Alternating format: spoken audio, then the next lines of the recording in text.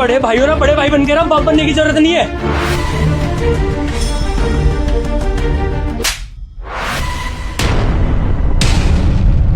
बड़े भाई से बदतमीजी करता है। 4 लोग सुनेंगे तो क्या सोचेंगे? 4 लोग तब नहीं सोचेंगे जब मेरी बेइज्जती कर रहे थे 4 लोग में है। उज्जवल, मेरे से ऊंची आवाज में बात करने की जरूरत नहीं है। अपने बड़े भाई से इतनी बदतमीजी से क्यों बात कर रहा है तू? अरे तू मत सिखा मुझे संस्कार। ऐसा हाल करवाऊंगा ना अगर दोबारा मेरे पे हाथ उठा दिया ना, एक फोन पे ऐसे ऐसे बंदे ला दूंगा, गायब करवा दूंगा, आई समझ। अच्छा, क्या करेगा? मारेगा अपने बड़े भाई को? अपने बड़े भाई पे हाथ उठाएगा, गुंडे मवाली से पिटवाएगा? उज्जवल, इस टाइम ना तू मेरा भाई नहीं लग रहा है। ऐसा लग रहा है कि मैं किसी सड़क छाप गुंडे से बात कर रहा हूँ। मेरे से ना प्रोफेशनल होके बिहेव कर, क्योंकि ये कंपनी के बीच की बात है। ये कोई सड़क छाप लड़ाई नहीं चल रही है जो तू गुंडे मवालियों को बीच में ला रहा है। तमीज से बात कर मेरे से, समझा? अरे तो तेरे को किसने बोला मुझे भाई बोलने को? मत बोलना भाई, एहसान मत गिनवाया कर। भाई भाई भाई भाई, अरे नरक में गया ऐसा भाई। तू थोड़ा कर रहा ना मुझसे, बहुत अच्छी बात है उज्जवल, बहुत अच्छी बात है। इसी तरह से अपने बड़े भाई से बदतमीजी कर, सारी दुनिया देखेगी। तू तड़ा कर, हाथ उठाने की बातें कर। इस तरह से ना तू अपने संस्कार दिखा रहा है कि हमारे माँ बाप ने तुझे क्या संस्कार दिए थे। भले वो जितने भी टाइम तेरे साथ थे, लेकिन उसमें तू ये बताना चाह रहा है दुनिया को कि बड़े भाई को तो संस्कार मिले, लेकिन छोटे भाई को 2 कौड़ी के संस्कार नहीं मिले, जो अपने बड़े भाई से इस तरह से बात कर रहा है। तू एक बात बता मुझे, अगर आज हमारे बाप होते यहाँ पर तो क्या तू उनसे भी ऐसी बदतमीजी से बात करता? अरे पापा जिंदा होते ना मर जाते आज के आज। ये जो तेरा हाल है ना वो देखकर बड़े भाई कहलाने के लायक नहीं है तू ऐसे भाई को। कौन सी हरकत उज्जवल, कौन सी हरकत? तू बार बार जो मुझ पे इल्जाम लगा रहा है ना कि मैं तुझे नीचा दिखाना चाहता हूँ 4 जनों के बीच में, मुझे क्या मिलेगा तुझे नीचा दिखाकर? तू मेरा छोटा भाई है, मैं तुझे क्यों नीचा दिखाऊंगा किसी के आगे? अरे तो 4 बातें बोलनी थी तो अकेले में ले जाके बोलता ना। 4 बंदों के सामने कूल बन गया ना बोल के, बेइज्जती कर दी छोटे भाई की। दिखा दिया कि छोटे भाई को तो ज्ञान ही नहीं है किसी चीज का, सारी चीज तो तुझे आती है ना। मैं तो ऐसे पागल हूँ, स्पेशल चाइल्ड हूँ मैं।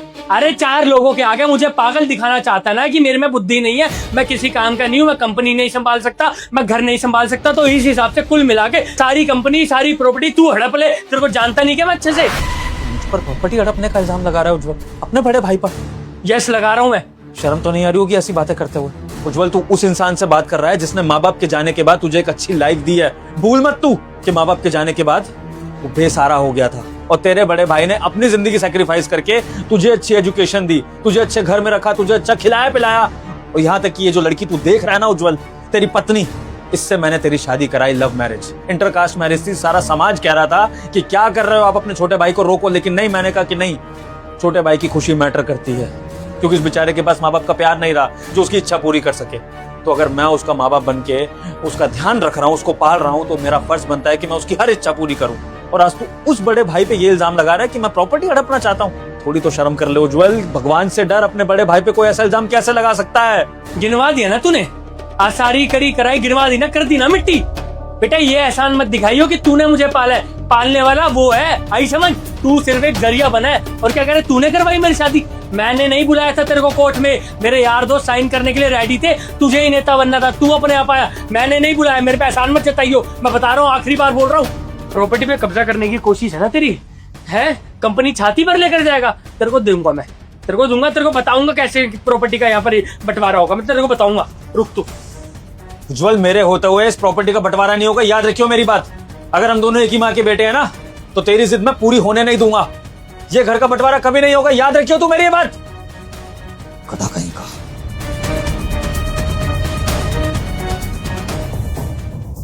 जल्दी से कपड़े पैक करो, इस घर में अब नहीं रहेंगे हम।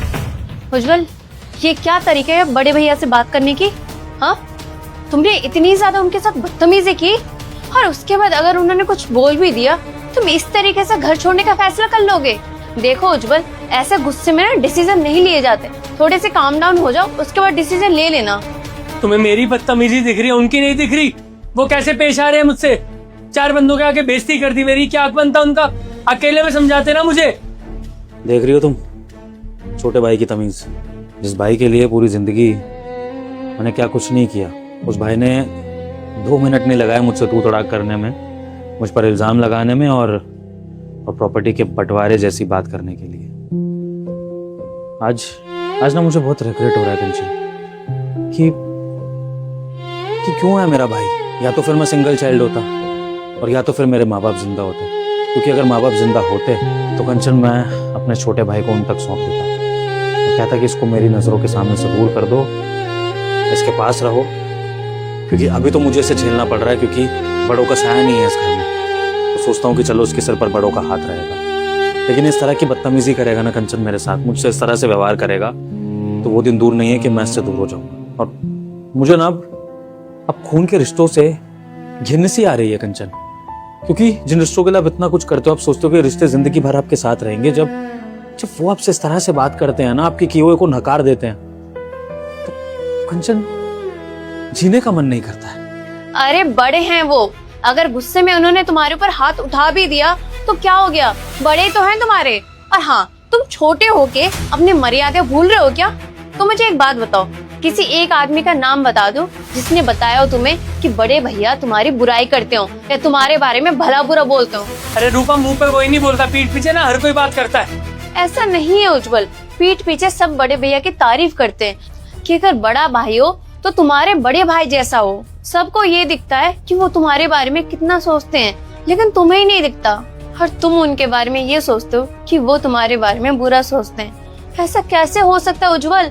जिसने तुम्हें छोटे से लेकर अब तक बड़ा किया, इतना कुछ किया तुम्हारे लिए, वो तुम्हारे बारे में बुरा कैसे बोल सकते हैं? लेकिन उज्जवल, बाहर लोग ना तुम्हारे बारे में जरूर बातें करते हैं कि बड़े भाई के सक्सेस में छोटे भाई में घमंड आ चुका है। छोटा भाई अपने बड़े भाई को जवाब भी दे देता है और बड़े भाई को कुछ भी नहीं समझता। ये जो तुमने घर के अंदर भैया के साथ बदतमीजी की है ना, लोगों को बाहर भी पता चल जाएगा, और बाहर लोगों को ये भी दिखता होगा कि तुम्हारे अंदर बड़े भैया को लेके कितनी मनमुटाव भरी है। और उज्जवल, तुम क्या कह रहे थे? तुम्हें बंटवारा चाहिए। तुम्हें पता है ये घर किसके नाम है? ये घर तुम्हारे नाम पर है उज्जवल। मैंने भैया और भाभी को बात करते हुए सुना था, वो लोग ये बात कर रहे थे कल को अगर उज्जवल को प्राइवेसी चाहिए हो तो उसके पास घर होना चाहिए, इसलिए उन्होंने ये घर तुम्हारे नाम कर दिया। और उन्होंने बोला वो किसी भी घर में रह लेंगे, और उन्होंने ये भी कहा कि अगर तुम्हें नया घर चाहिए होगा ना तो वो तुम्हें दिलवा देंगे। देखो कितना सोचते हैं तुम्हारे बारे में। वो जुबान के भले कड़वे हैं लेकिन मन के अच्छे हैं। देखो उज्जवल, साफ सीधी बात है, अगर तुम्हें तुम्हारी गलती नहीं दिखती ना तो कोई बात नहीं, तुम्हें इस घर से जाना है तुम चले जाओ, मैं इस घर से नहीं जाऊंगी, क्योंकि इसमें तुम्हारी गलती है ना कि बड़े भैया की। और अगर तुम्हें अपनी गलती का एहसास है तो उम्मीद करती हूँ कि तुम उनसे माफी मांग लोगे और दोबारा ऐसा कभी नहीं करोगे।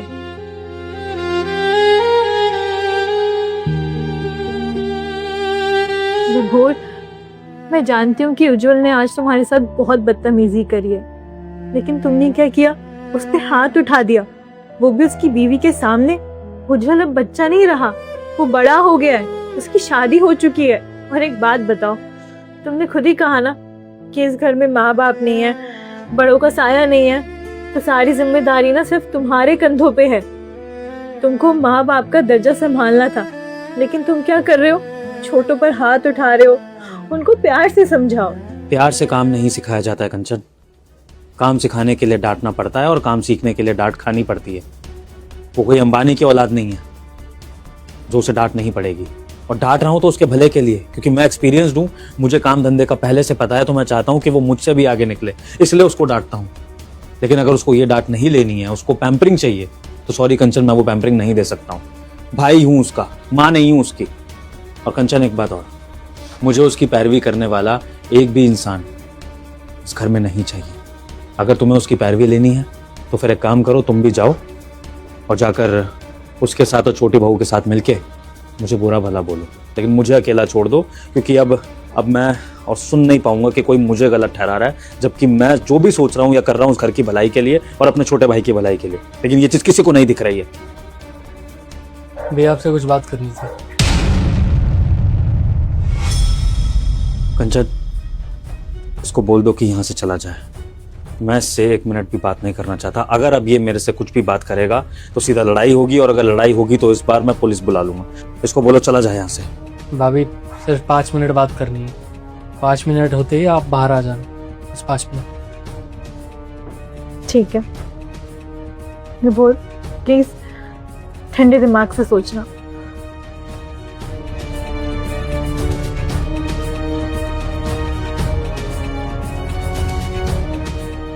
भैया अभी जो भी हुआ उसकी माफ़ी मांगने आया हूँ मैं यहाँ पर। मैं आपके ऊपर चिल्लाया, आपको गलत बोला, बदतमीजी करी, जो कि मुझे नहीं करना चाहिए था।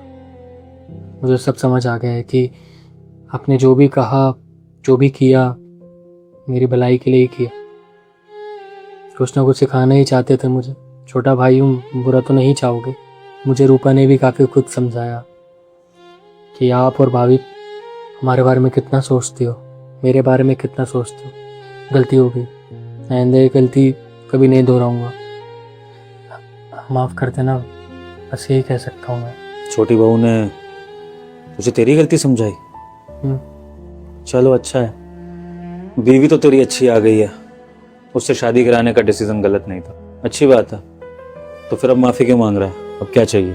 भैया कुछ भी नहीं चाहिए मुझे, ना कोई प्रॉपर्टी, ना कंपनी में कोई हिस्सा, ना 1% किसी चीज़ की उम्मीद रखूँगा मैं। बस ये चाहता हूँ कि हम लोग खुश रहें पहले की तरह। गिनती के 4 लोग घर में रहते हैं, लड़ते रहेंगे, घर में कलेश होंगे। किसको पसंद है कि घर में कलेश लगे रहे, माहौल घर का ख़राब। मैं बस ये चाहता हूँ कि पुराने दिन वापस आ जाए, जैसे हम पहले खुश रहा करते थे, हंसते थे, बोलते थे, सब कितना अच्छा था। बस वही दिन वापस आ जाए, यही चाहता हूँ कि 4 लोग रहते हैं गिनती के घर में, सब खुश रहे पहले। ठीक है छोटा, बड़े भाइयों ना बड़े भाई बन के रहा, बाप बनने की जरूरत नहीं है।